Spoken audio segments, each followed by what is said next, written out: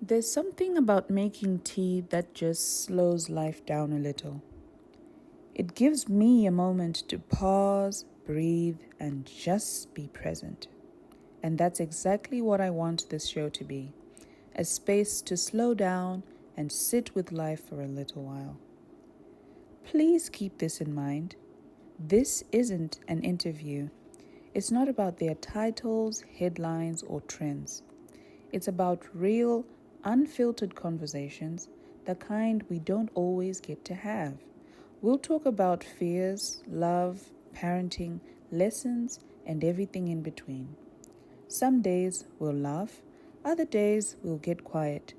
Some moments will be light and fun, and other moments will be reflective and raw, but they will always be real. Some of my guests you might recognize, others you may not, but every one of them has a story that matters. So let's slow it down, pour a cup of tea, and settle into some simple conversations. Welcome.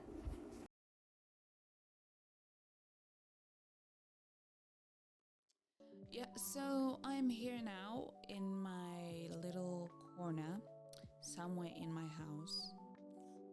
But the question that we may want to ask is, why do you want to capture prominent people in their most relaxed state?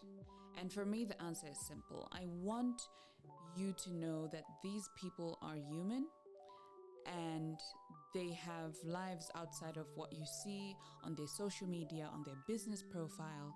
These people are inspiring because they have had a journey that they've had to go through to get them to where they are. And I feel like that story, that journey is important to understand, and it's inspiring for somebody who also wants to get there but can't get past the barrier of who this person is on social media or who this person is in the business world. They're so big. So this is basically being able to access them in their human form. And yes, you're welcome, because I definitely know that you want to know a lot of people's life stories in English, a lot of people's life stories, and you want to know how they grew up, where did they go to school? They might even be your schoolmate. I'm just looking for that inspiration, but on a human level, because we forget with the world as it is now, we completely forget that people are human. We see them on social media. We shout at them. We're jealous. We're envious. We're inspired. But they are humans at the end of the day. Yeah, so that's what's important to me. And that's the bedrock of what this podcast is about, humanizing people who are almost inaccessible because of the world we live in. So, I think the first person we might want to know about is me. Because very soon I'm gonna be a prominent figure and you're gonna miss me, and I'll be blogging here and there as if I don't already. But yeah, something you might want to know about me that you don't, or something that you already know about me but would just like to hear the story again anyway. Um, I'm the firstborn of two girls. I'm the firstborn of two girls. I'm saying three because I have a daughter now, so now it's like three girls. But yeah, I'm the first of two girls. My mom raised us, and she did a pretty good job. I think I turned out pretty cool. My sister's also pretty decent, so I think she made a good bunch. And we have seen our fair share of flames in our family. We have seen our fair share of good times, and I pray for more good times. Obviously, I got married, had a baby, blah, blah, blah. Those are things that you know. But something you may not know is I went to Highlands Primary School for my primary education. I went to Oriel Girls from Form 1 to Form 4. I was a prefect. I was in the junior parliament. I was basketball captain. I was peer counselor. I was a debate captain. I did a whole lot of stuff. Yeah, did I mention junior parliament? It used to be a big deal back then. I haven't been checking up on these guys as much. But yeah, I used to do all of those things. I used to be like really top, and I used to get prizes every year from Form 1 to Form 4. Then I went to boarding school, Rusununguko, that was now a mixed school for A level. And I remember being shocked at the idea of learning with boys. I'm like, oh my gosh, boys. But I kind of got used to it, and then went back to my old ways, playing basketball.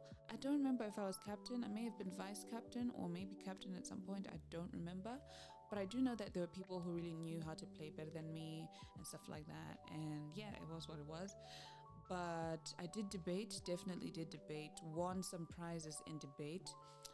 Didn't go back to junior parliament for upper six and lower six, but I would have wanted to. I don't remember why that didn't happen, but anyway. I also did scripture union and stuff like that. So that's just me as a kid. I was a really active kid and got out of school, became a model. I did some commercial modeling and in the beginning. I don't know if you know Optimus Art. He's the guy that discovered me while I was working at a food outlet along Robert Mugabe in the CBD. At the time, it was called Super Pies. I don't know if it's still there. I haven't been there in a while. But I used to work at Super Pies, Robert Mugabe CBD in around 2018, 2019, I think. I'm not sure. But yeah, I used to work there. That's where I met Optimus Art, or Elton Maregedze. He was like the first photographer to ever take a picture of me. Got my makeup done, realized I was pretty. I'm like, oh my gosh, I'm so pretty. And then he started getting me a lot of gigs, and then from those gigs I got other gigs, and kind of grew from there. Met a lot of other people, ended up doing Miss Tourism. That was my first pageant, and then I went to Miss who's it called, Miss Use It. So Miss Tourism, I was Miss Tourism Harare, and then went and lost at the Nationals because I was not a professional. And then went over to Miss Use It, won that. After Miss Use It, I got selected to represent Zimbabwe at Miss University Africa. And I also got, during around that time, something that I never told anybody, I also got selected to go and represent Zimbabwe at Miss Intercontinental, and I went and I got into the top 15 out of like 40 countries, which was pretty great. And then I was also supposed to go to Miss International in Japan, but COVID struck, and then during COVID I met my husband, and things slowed down and we got married, and here I am now. So yeah, I was a model, and I studied film, TV, and radio production, which is why I pretty much am able to shoot my own stuff and edit my own stuff and do my own sound. I have a soundboard here. My husband got me a podcaster, which is basically something that helps me with sound. So I can do this and that and this and that, and I know how to do it because, yeah, I'm pretty awesome. What life experiences shaped me the most? I think for me, the life experiences that shaped me the most were being raised by a single mom. There were a lot of hard times, a lot of times when, think 2008. Like, I have mad respect for my mom because she's the type of woman that would die trying to get us food on the table, if you know what I mean. Shout out to all the single moms. I think there's a level of resilience that these people have that just is out of this world.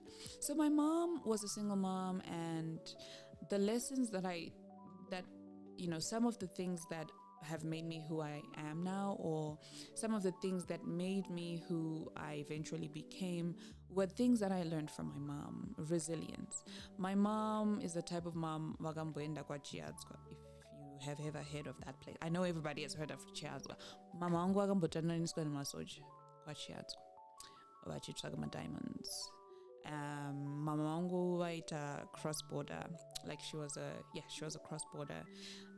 She used to do fojga rice, Malawi rice. She used to do I don't know, a whole lot of stuff, bruh, but it gave us a pretty comfortable life, And then she did a bit of farming. She was into tobacco. There was tobacco. My mom was involved. She did some, like, she used to do a lot of things, bro. I can't even keep track of the things that she's done. And, there are times when she would come back home. As a kid, you're just like, oh, you're so excited to see your mom. But then in hindsight, when I look at those memories in my mind, and I look at those memories and I'm like, damn, she must have been so tired. It must have been so difficult for her, because I remember she came back with like she would complain about backache. She'd complain, even up to this day, she complains about backache and stuff because she had to carry stuff and all. Now, as a human, as a human being, as a mom, and as a grown up, because I'm 28 now, I'm like, yeah, guys, the things that I'm only imagining. And I remember her carrying really heavy things, and she's carrying her heavy stuff, and she's like, and she's got so much going on. So shout out to single moms. For me, seeing that kind of resilience is what also kind of pushed me to be an A student at school, because I figured that, this wasn't easy. Raising the money wasn't easy, and I decided not to waste it. And I did my best to contribute to the good things in the family and the good moments. So yeah, things like walking for like 5, 6, 7 kilometers to school, those things shaped me. Things like kuyanich modo kuchkoro in my lunchbox, those things shaped me. Things like drinking water in a sugar in my juice bottle as drink. Yanzi koro water. My uncle used to call it koro water. And it's like, those little struggles. They may not have been the worst struggles because, somebody will be like, mamne sugar hacho. But if I'm being honest, it was a struggle on some level, and they did shape me. I did get a lot of lessons from my childhood. And one thing I know is that at Nombo Viratagarara Tinenzar, in all of my mom's ups and downs and in all of her struggling, we could eat chimodo for dinner. We could eat mbambaira for dinner. We could eat sadzarine matemba for dinner, or machunks, or madura, right? Or cabbage. But never have we ever, or did we ever, and I thank God for that, never did we ever sleep hungry. And these are the lessons that shaped me. I know for a fact that I am capable with my 2 hands to work to the death if I have to. So I'm extremely grateful for the lessons I've learned as a kid. And I hope that resilience and that determination and that A-listness that I grew up with continues with me in my adulthood. It's usually really difficult to carry your traits as a kid into your adult life, but I'm pretty happy to carry these traits on and teach them to my kid. I won't teach my kid the traumas, but I will definitely teach her to work hard and get her back. So yeah. What's a personal value or belief that guides me? So for me, I'm a Christian. I was born in a Christian family. I was Anglican in the beginning, well, since the beginning, because my mom was Anglican. I was baptized when I was 12 years old, and that's when I was like, I want to know God. And I really feel like I really did receive God back then when I was 12. And ever since then, Christian morals and Christian beliefs are the things that have raised me to be who I am. And I also am a person who believes that you never stop learning. So when I find myself in a situation where there are people that I can learn from, you will find me learning from these people. I'm the person who is quick to humble myself when I am surrounded by people who have done more in life or who are even older than me, because I'm always hoping to learn something from them. I'm such an observer. I'm an observer of life. you might catch me staring at somebody. You might catch me looking at you and just kind of looking. Because I'm really observant. I really, really learn from looking at other people and listening to people's stories and stuff like that. So those are some of the beliefs that shaped me. Christianity, the belief that wherever I go, I am able to learn from somebody. I think those are my two key beliefs. I'm such a learner. I'm such a steward, by the way. I'm the type of person who is ready to serve. If you say, can you give me a glass of water or whatever, do not take advantage of me. But if I'm in a position to get you a glass of water, I'm gonna get you a glass of water, because I feel like you can always serve, you can always be polite, you can always be a good person at heart. Without ulterior motives. So that's the kind of person I am. I'm really just that kind of person who is ready to serve, who's ready to learn, and who is a Christian at heart. So I also believe in love. So those are, I'm going to say a lot, but those are my key beliefs in life. If I could have a conversation with my younger self, I would definitely tell my younger self that things get better with time. I remember there were times when life was really difficult, and I would ask myself, will this ever end? Will this cycle ever end? And I was so determined to do better. I was so determined to improve our lives and to just do better, because I didn't want to live a miserable life all my life. And as I look back, takambogara ku Eastview with my mom and my sister, Eastview, kwa Bobo. If you go to Tafara Mavugo, you pass that. At the time, changu tanga kuwakwa, so kwangune ma newsstands, ku ma red roof, ku ma disabled, ku Eastview. I don't know if you know Eastview, but we used to stay there, and I feel like that was our lowest point as a family, because we were really struggling. We moved from living in a full house, like 13-roomed house, to 1 room, and that was a very humbling experience. And I was in boarding school for the majority of that duration, because it was like 3 years. But from that moment on, or during that time, I would really, really push myself to say, you know what, I don't want to live this life forever. I don't want to be in this community forever. I don't want to raise my kids here. I don't want to become a part of this community. I actively tried not to be a part of the community because I did not want to identify with that community. So, message to my younger self would be, things get better with time. You're gonna, grow up. You're gonna glow up. You're gonna do this. You're gonna meet that. And I still believe that to this day. Look at me. I'm just sitting in my lounge, and this is my first episode of a podcast that I have no idea how far and how big it's gonna go.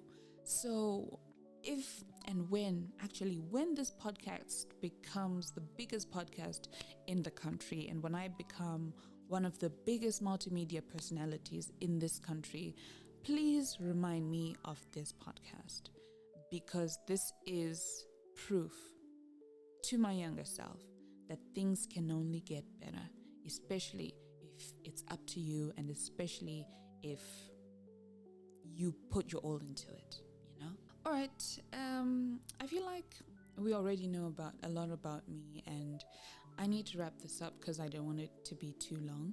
So, what can you expect on this podcast? So I'm going to be interviewing a lot of prominent people, as many prominent people as I can find and as would have me. And we are going to be doing really wild stuff. I know, this doesn't feel like me doing wild stuff because I'm just sitting here with my podcaster and I'm just like, but I'm hoping to do some really great things with people and just connect with them on a human level, make friends and inspire people. So expect a lot of prominent individuals who are going to show you and me, or you through me, who they are, through whatever activities that they decide to do, because the concept is we're going to be doing whatever it is that you love doing. So if you love just having tea or having drinks, we're going to have drinks and we're going to talk over drinks. If you're a fitness freak and you want me to come with you to the gym, I'm going to put on my gym suit and we're going to go to the gym. If you feel like you want to gocha, I will be more than happy to gocha, so that's kind of what I wanted, what this show is going to be about. That's what you've got to expect.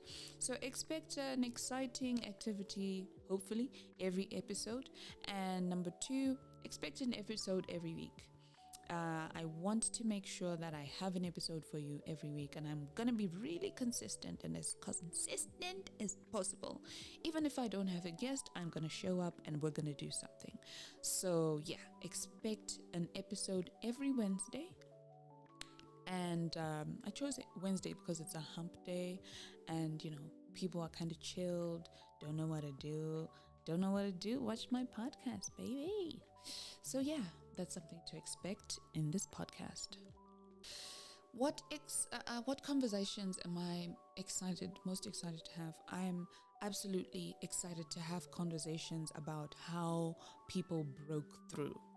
These people had a moment when things started changing. There was a song at church. It was called "Something's Moving, Something's Changing." That moment when things started shifting for them. I'm so excited to know what that moment was and what it was that happened to them. Second, I'm also excited to know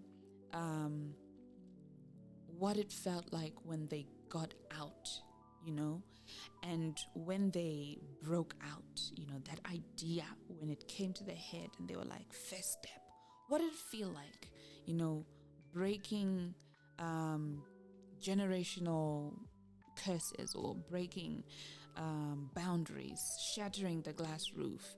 I want to know what their achievements felt like to them on a human level, how they got that achievement, who helped them, and things like that. And I'm also excited to meet the human or the person behind the brand, because all of these people that I'm going to be interviewing are brands.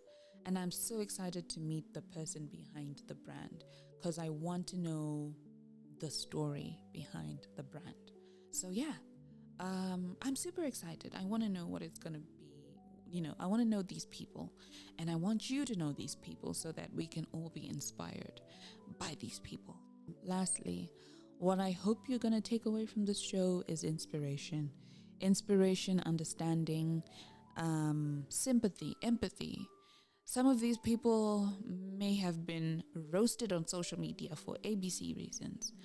I promise you I'm going to find any and every prominent person I can find. And, I want you to understand these people for who they are. So I want you to empathize with them, sympathize with them. I want you to understand them and like them a little bit more than you did. And just to understand where they're coming from, outside of their work. Who are they outside of the work? So that you really make an informed decision whether you really like that person or not. So yeah, that's what I want you to take away from the show, among other things. Okay, so before you go, there is a little thing I would like you to do. So before I interview every guest, I will ask you on my Instagram and Facebook what wild question you would like me to ask this guest. This is gonna be a question of anything. But be polite, okay? This is a safe space, please. So I'm gonna only take polite questions, but I'm gonna ask you to ask these people one question you've always wanted to ask, or a wild question, and we're gonna, I'm gonna ask you to do it just before I interview every guest on my Instagram. And that's also gonna be a teaser on which guests are gonna be coming onto the show. So that's how you know which episode and who you're gonna be waiting for in the next episode. So yeah.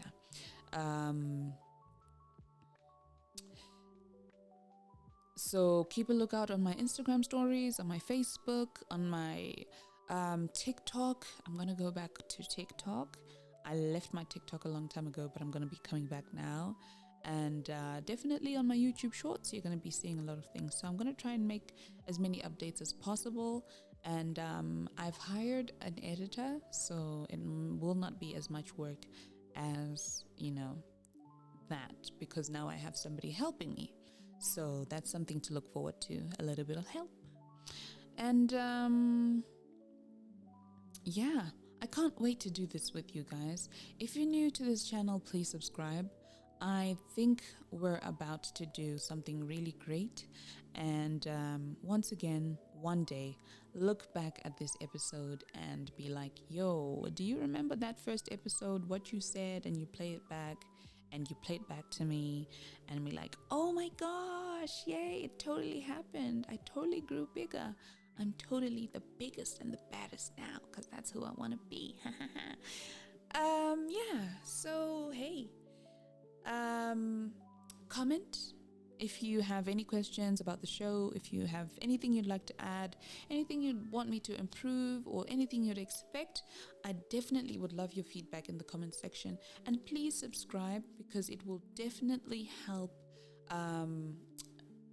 me with growing the numbers and the insights on this show, so that I can be able to get sponsors and I can be able to get endorsements, because I need all of that, okay?